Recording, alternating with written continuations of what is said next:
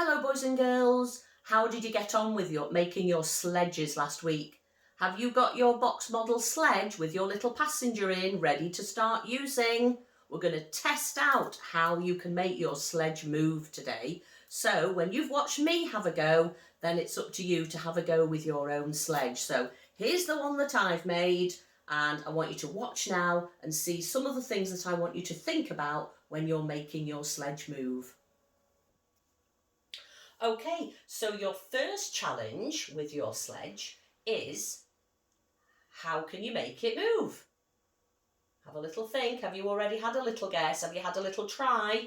So the first thing you might have said was, I could push it. So you've put your hand at the back and you've just given it a push to make it move, using that force, that energy to make it move by giving it a push. So that was the first thing. It sort of stopped very quickly, didn't it? Now, the other way that you could make it move is perhaps the way that you've looked at when you've been using a proper sledge, maybe on the ice and snow, when you've sat in it and your grown-up has used something at the end of it to give it a, what's that other word, to give it a pull. So I've put a little loop of string on mine, maybe you have as well, and maybe you've already done this with your grown-up and your grown-up has pulled you. So that's another force, that pull force that's pulling the sledge and making it move over the ice and snow. Brilliant. So that was the first little question, to think about pushing and pulling and using that force, that energy. So the next question, the next challenge is, can you think of a way to make your sledge move on its own? Use something else.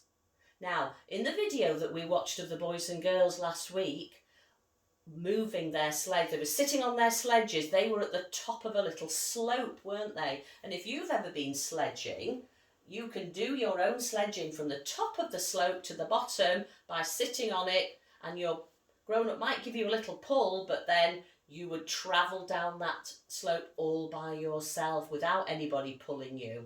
So, do you remember we made a ramp last week when we were measuring how far our objects could travel? So I want you to make that ramp again, and we're going to use the energy from the ramp, starting our sledge at the top of the ramp and letting it go to see if it can move. So here's the ramp, just like the one I made last week when we were measuring. And again, I'm not going to push or pull it, I'm just going to put my sledge at the top of the ramp and I'm going to let it go and see what happens. So no push or pull. Oh, it did travel a little bit, didn't it? So from the bottom of the sledge to the end of the ramp, that's the distance that I'm going to be using to measure. I'm going to try it once more just to show you what I did.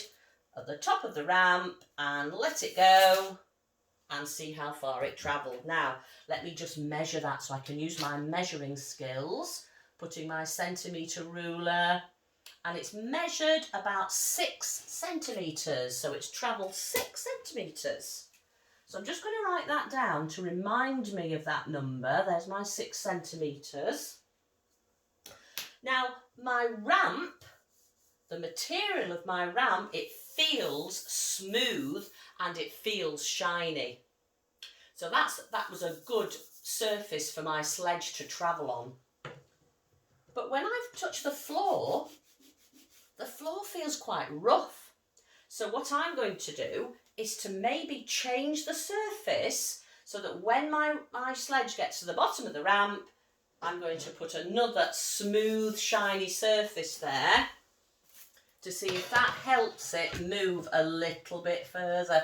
Now, you'll have to think about the surfaces in your house. I know some of you might have carpet or rugs. Maybe there's another surface that you can choose to make your sledge travel on, because you can test out those different surfaces as well to see which is the one where your sledge travels further. So I'm just going to put my ramp on top of the surface at the bottom, just the same again. I'm going to let it go and see if it goes any further on my smooth, shiny surface. I think it has gone further, hasn't it? It's gone a little bit further than 6 centimetres, so I'm going to measure it again. This time, the back of my sledge has travelled 12, about 11, I'm going to say 12 centimetres. So it has gone further than 6, hasn't it? Because I've changed the surface that my sledge has travelled on. So I'm going to put that there to remind me. Now, the other thing we talked about when you were choosing your materials was having that flat surface, wasn't it, for your, and that smooth surface on your sledge. And can you see I've used a different material on my sledge? I put some silver foil on because that's smooth and shiny as well, and I thought that might help it to travel a little bit further when I was designing and making my model. Now, the other thing I want you to think about is this bit, your ramp. Now, when I was looking at some of your measuring investigation last week, I noticed that some of your ramps were lower and some of them were higher. You'd got them balanced up against a wall or a sofa. So I'm wondering whether if I have a higher ramp, it might make my sledge travel that little bit further. So I'm going to try that now. So that's something else that you can change. So I'm going to use a big pile of books, and I could do one at a time, so that's up to you if you want to measure, but I'm just going to show you that I can make a taller, higher ramp and see if that makes my sledge move just that little bit further. And again, all I need to do is hold it at the top of my ramp and let it go. Are we ready? Here goes. Oh yes, it's nearly got to the end of the board, hasn't it? So, by measuring it, this time from my 0 right at the end of the sledge, it's about 25 centimetres. That's nearly, it is double, isn't it? Double the distance. So I'm going to write 25 centimetres. Shall I do one more to see if it can go that little bit further? It's a bit fiddly, so you just might need your grown-up to help hold the ramp for you. I'm going to hold on tight and let it go. So you need to keep practicing to make sure that you're letting it go down as far as it can go. I don't think that one's gone as far. About the same again, about 24. So you could keep practicing and having lots of goes to see if you can make your sledge go further. So think about the surface that your sledge is travelling on. Think about the height of your sledge, how high it is, and whether that helps your sledge to travel that little bit further with your passenger in it. Now, my challenge today is, can you beat Mrs. Saint's distance, measuring from the bottom of the ramp of 25 centimetres? I bet you can.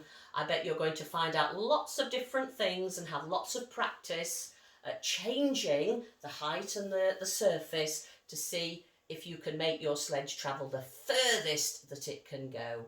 So have fun with your activities, and maybe you could send me a little video of what you found out and the things that you changed to make your sledge travel really, really far. Bye.